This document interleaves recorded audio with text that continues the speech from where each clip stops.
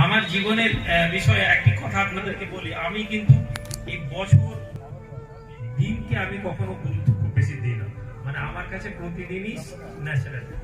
যখন আপনি কোনো দিনকে গুরুত্ব দিবেন, আপনি ভাববেন যে আপনি স্বাভাবিক মানুষদের মধ্যে আপনি আছেন।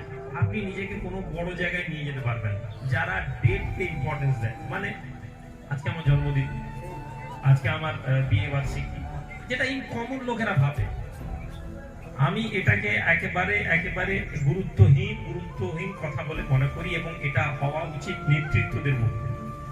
প্রতিদিনই আমার কাছে দিন, আমাকে প্রতিদিন কাজ করতে হবে, এই ভাবনাটা আমরা যদি নিতে পারি তাহলে আমরা এগোতে পারব। আপনারা জানেন পৃথিবীর যত বড় মানুষদেরকে আপনি দেখবেন, তাদের একটা দৈনন্দিন জীবনের রুটিন ছিল, ওই রুটিনই তারা ফলো করেছেন। তাদের কাছে শীত, গ্রীষ্ম, বর্ষা এগুলো কোনো দাম নেই।